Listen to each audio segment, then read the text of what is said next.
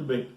É interessante que quando o fariseu estava lá, ele orava de si para si, e a Bíblia diz que ele apresentou todas as suas qualidades, dizendo: eu não sou nem mesmo como esse publicano.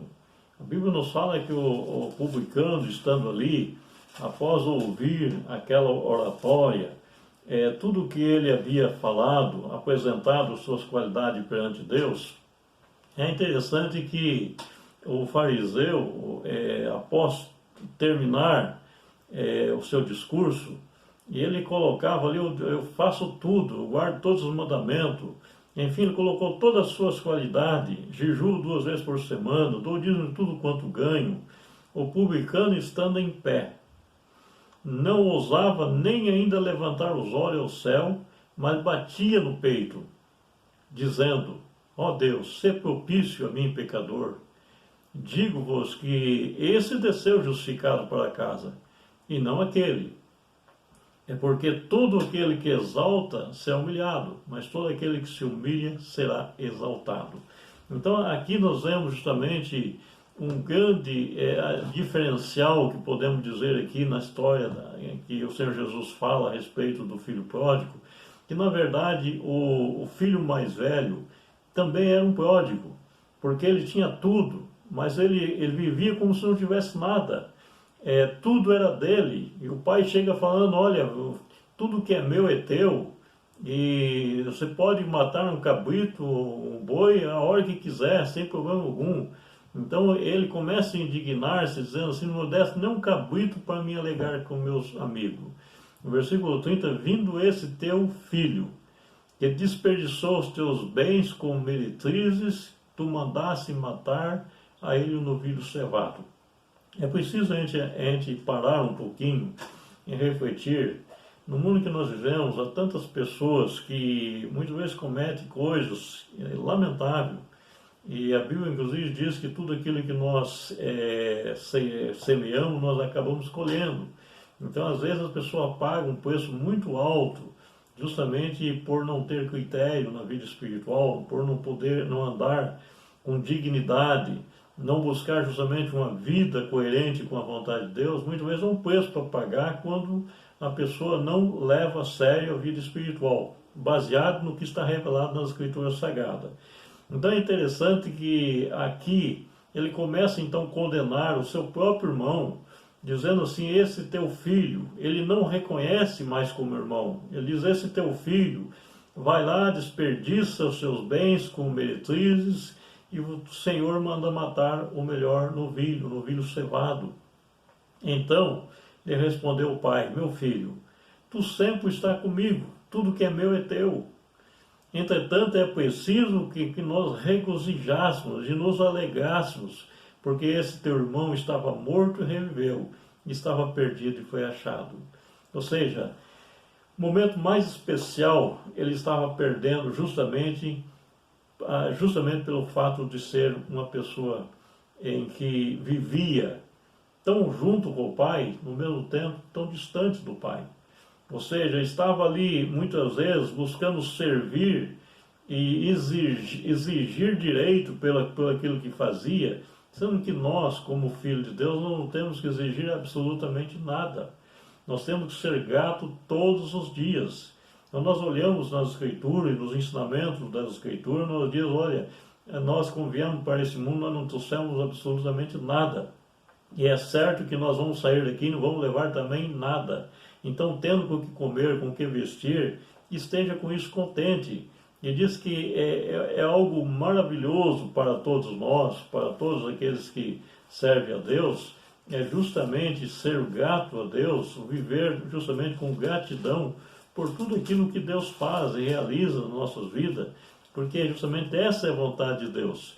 Então tem um texto que diz assim, em que de fato grande fonte de lucro é a piedade com o contentamento, porque nada temos trazido para esse mundo e é certo que daqui também nada podemos levar. Carta de Paulo em 1 Timóteo capítulo 6, versículos 6 e 7. Então esse filho mais velho desse pai aqui que Jesus conta essa parábola, ele realmente não entendeu a importância de servir, de estar ali, de ser grato, de se alegar, justamente, de estar ali em tudo, dar graças a Deus. E quando nós então passamos a entender quantas e quantas pessoas nossos dias que procuram viver uma religião, muitas vezes dentro de um fanatismo, não há liberdade, não há alegria, ele vive se condenando a si próprio, sendo que Jesus carregou na cruz todas as nossas enfermidades, todos os nossos pecados. Ele é justamente aquele que perdoa todos os pecados e cura todas as nossas enfermidades. Nós precisamos acreditar justamente na obra vicária de Cristo por nós. Então aqui nós aprendemos, aqui nessa palavra, Jesus começa a mostrar que ele veio chamar as pessoas ao arrependimento. Ele veio justamente em busca de pessoas que estavam perdidas. Ele veio justamente amar justamente aqueles que eram discriminados pela sociedade. Ele veio trazer uma esperança para aqueles que não tinham mais esperança. Ele veio justamente trazer a possibilidade de salvação para aqueles que de fato estavam perdidos.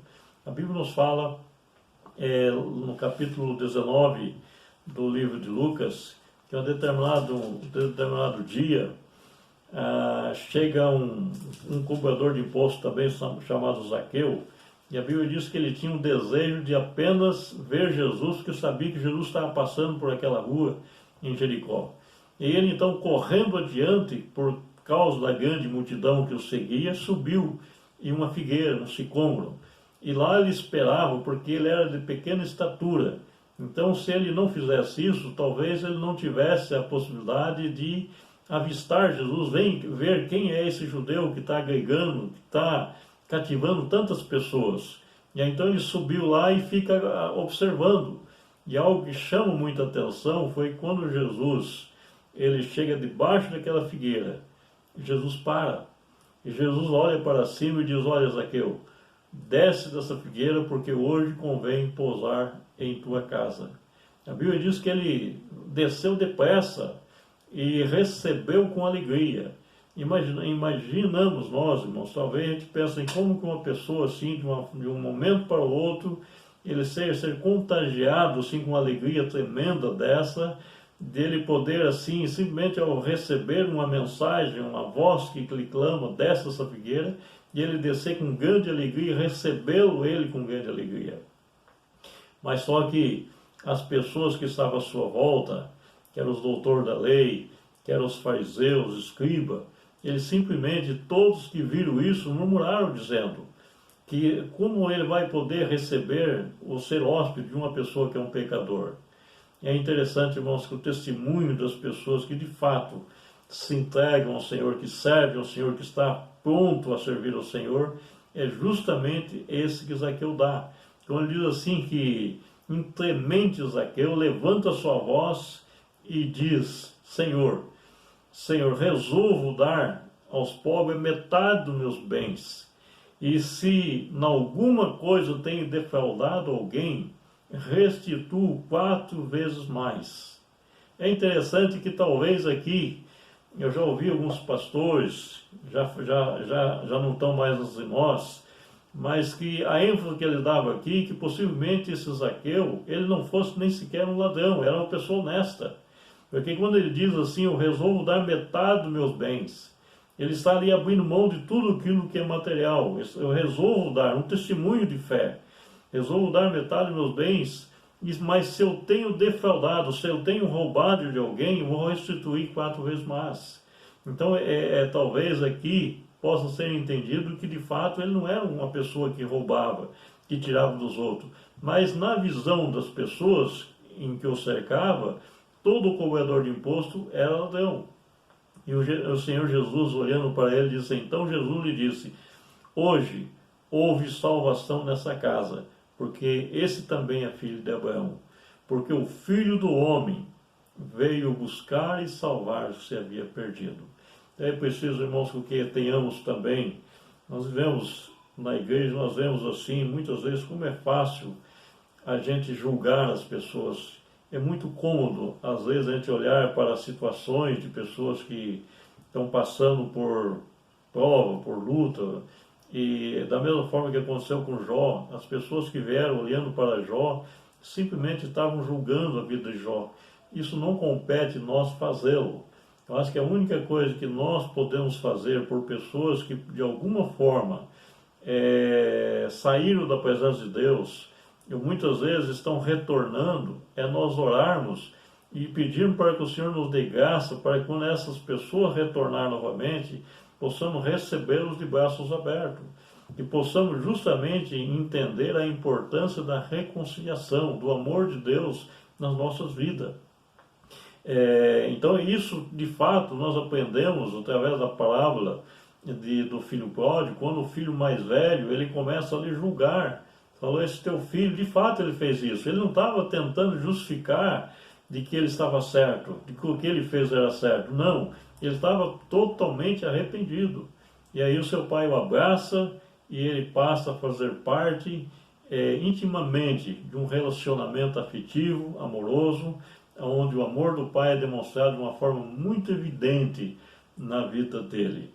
Então, aqui nós vemos, nessa parábola, no capítulo 15 de Lucas, é um ponto interessante que eu encontro nessa parábola aqui, 12 vezes a palavra pai. Ou seja, a partir do versículo 11 a seguir, nós vamos ver justamente 12 vezes mencionado a palavra pai, até o versículo 32.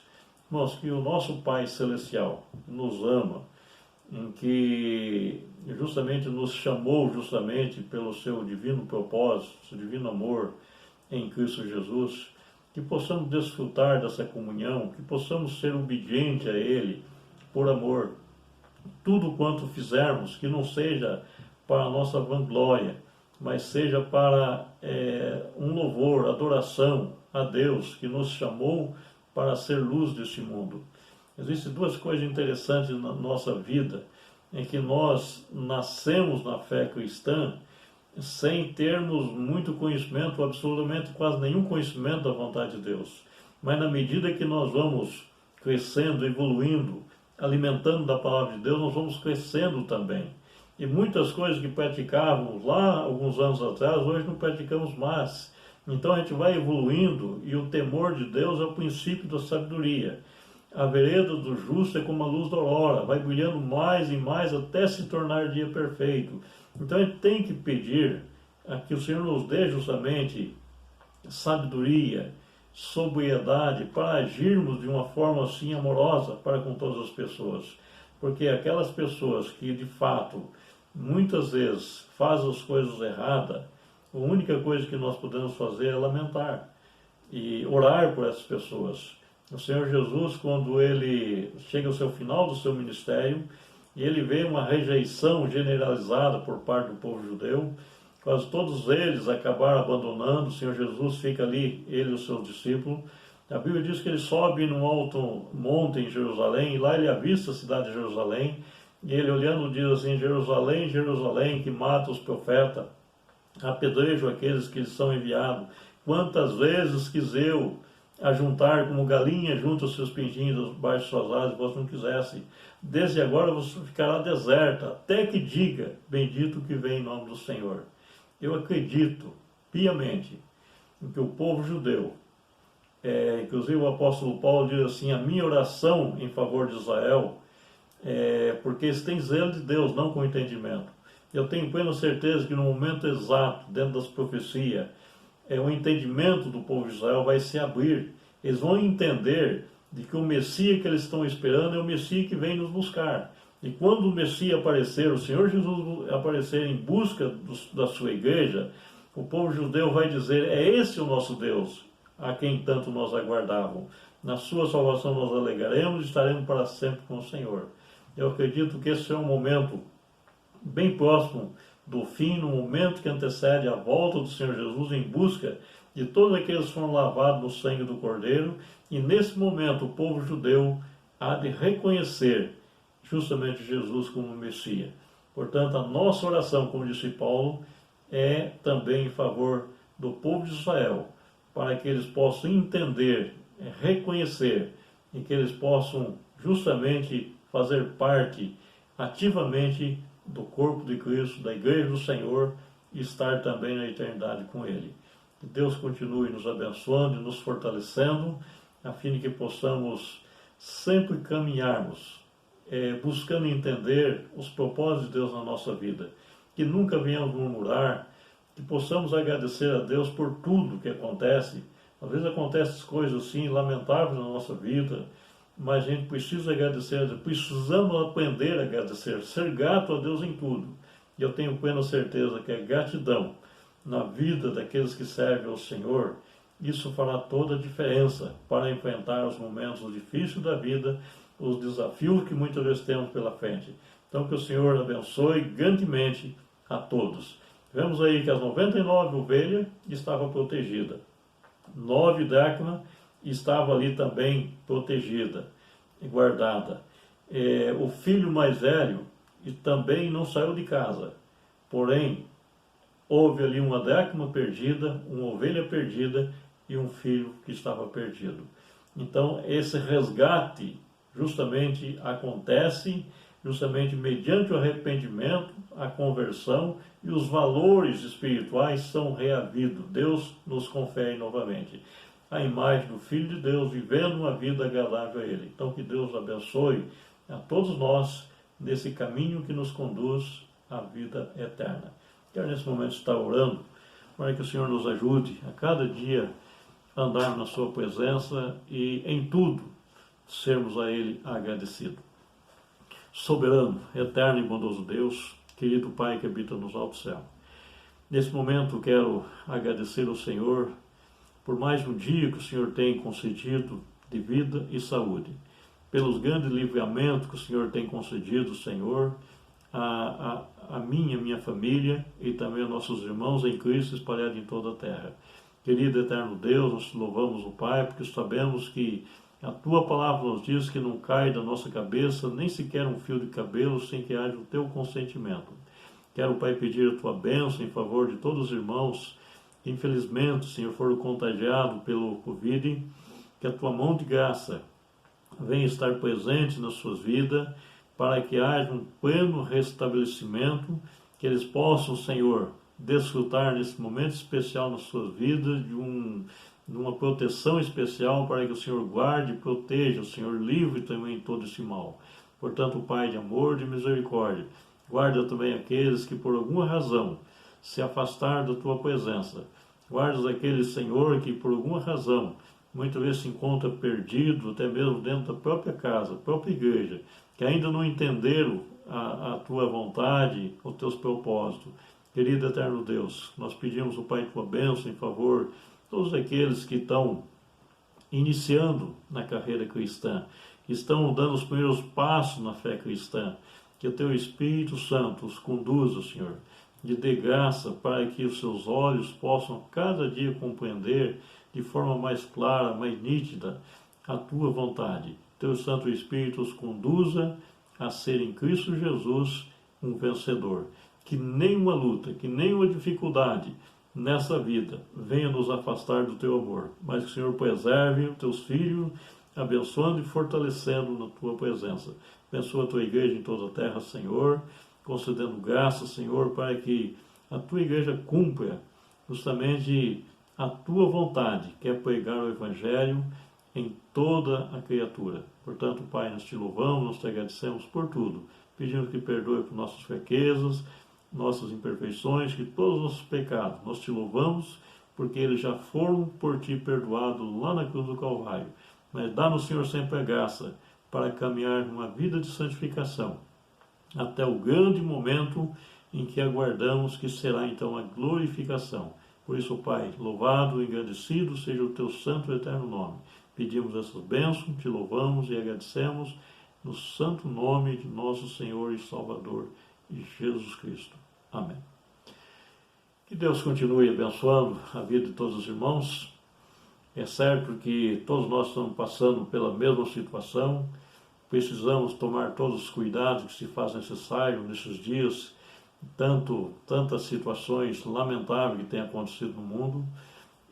Não quero aqui deixar ou passar nenhuma informação para os irmãos, além daquelas que de fato todos nós conheçamos, que possamos cuidar e buscar justamente com muita sabedoria agir e viver na presença de Deus, e eu tenho plena certeza que brevemente, assim queira Deus, que possamos retornar a estarmos congregando e juntamente com todos os irmãos, louvando e adorando ao nosso Deus. Que Deus abençoe a vida de cada um dos irmãos, em nome do Senhor Jesus. Que o Senhor conceda uma boa noite e o restante de semana sob a sua proteção, em nome do Senhor Jesus. Amém.